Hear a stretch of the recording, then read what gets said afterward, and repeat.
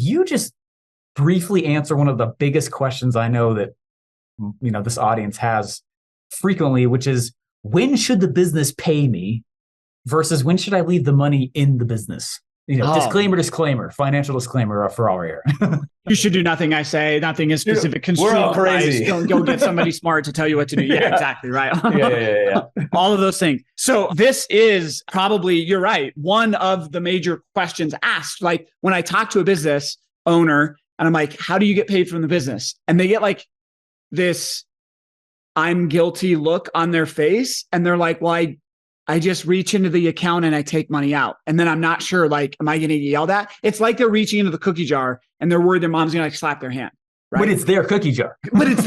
And they don't, because like you said, they just don't understand the mechanics of how it should go. So to absolutely blow everybody's mind. And I think this aligns with the entire funnel land online business world methodology, that we are not in the world of let's get a business idea, let's put a business plan together, let's raise some seed capital and put an executive team together, and then go raise a whole bunch of money and hope that we don't eat the bank account before that business thing comes to light and we get purchased, right?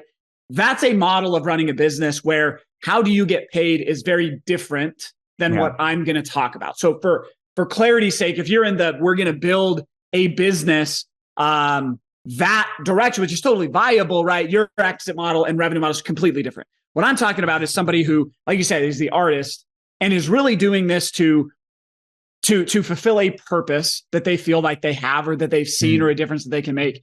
But it's also going to be that funds their lifestyle, right? It's going to some regard or another, going to be a lifestyle business.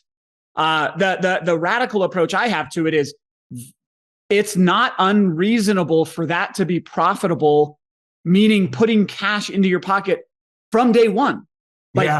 Profit should be engineered into your business model, not something that we eventually achieve once we've taken care of everything else.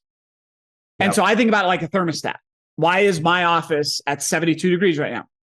Because I told the thermostat I keep this room at 72 degrees.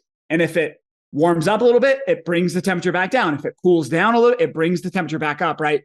But a lot of us, because we don't understand money, we don't understand budgeting and just the organization and the numbers that go into the technical side of business, because we're artists, we've just got our thermostat set incorrectly. We've got it set at $0 and give all your money to everybody else and take care of yourself last.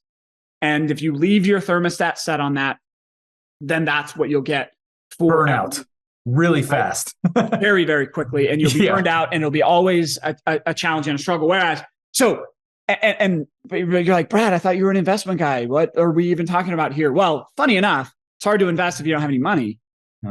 And so a lot of the work that I actually do with business owners is I spend time in this conversation to be like, let's design profit into your business. What would it look like with profitability? And let's work toward that before we spend too much time anywhere else, because, and we'll probably get to this in the chit chat, but the greatest investment that you have in front of you is the business you're working to grow. And let's spend our time there and make everything possible out of that before we go. Because I have so many business owners come to me who their business is choking them. And then with what little bit of money their sort of aspiration or hope is, oh, if I could just make the right investment, then I would be rich or wealthy or whatever the definition. And they actually look away from the thing that will make them wealthy into the investing world, which is not what the investing world is there for.